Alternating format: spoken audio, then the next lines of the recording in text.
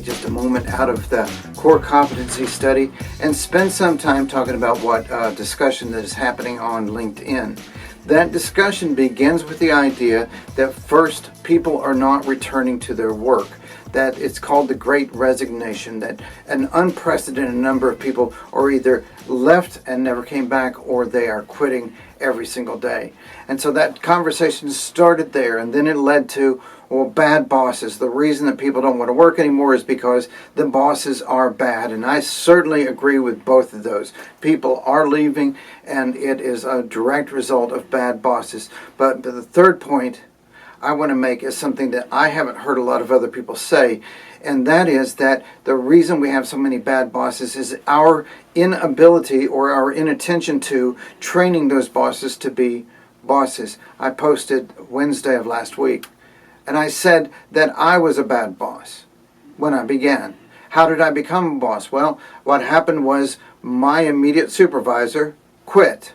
And then my supervisor came by and he said, well, Mark quit. And I said, oh, that's going to be tough to replace him. And he said, no, you're it. And I became the boss and the supervisor of an entire department and a number of people who I was suddenly in charge of, and I had zero training. I didn't know how to lead. I didn't know how to do evaluations. I didn't know any of that. I didn't know how to run meetings. I didn't know any of that. And I was a bad boss for a long time, and I knew it, and I knew that I needed help. And I went to the HR director and I said, "You've tasked me with making these evaluations, and I don't know how to do the evaluations."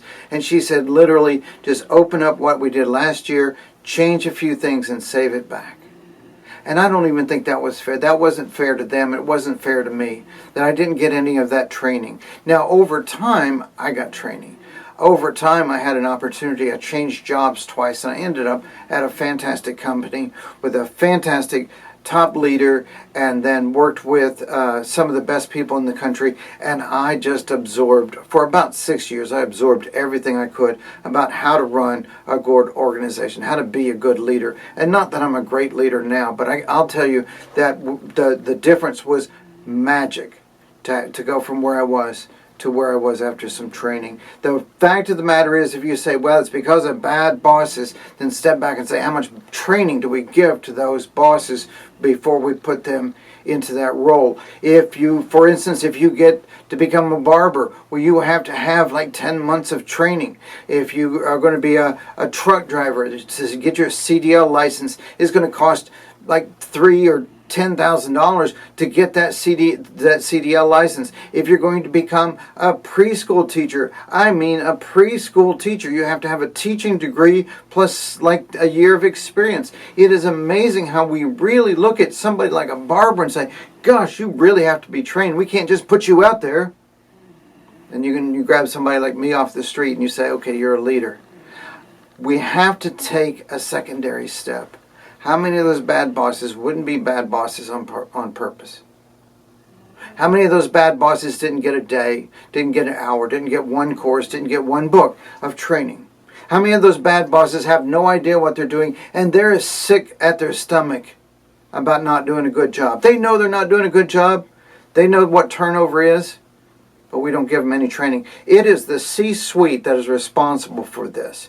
The problem rests squarely with us. And I so admire the companies that I've worked with that say, okay, well, we want you to be in this position as a leader, and now we're going to send you out for training and get you there. That's the next step. The question isn't, why do we have so many bad bosses? The question is, why do we under-train everybody, put them into the deep end of being a boss, and then surprised when they don't turn out to be a great boss? That's the missing step. If you want a great boss, first train people before you throw them in the deep end. I'd love to hear your thoughts on this. It's been a really robust discussion on LinkedIn. I'd love to hear what you have to say. Are bad bosses born bad bosses, or are they just good people that have never been trained?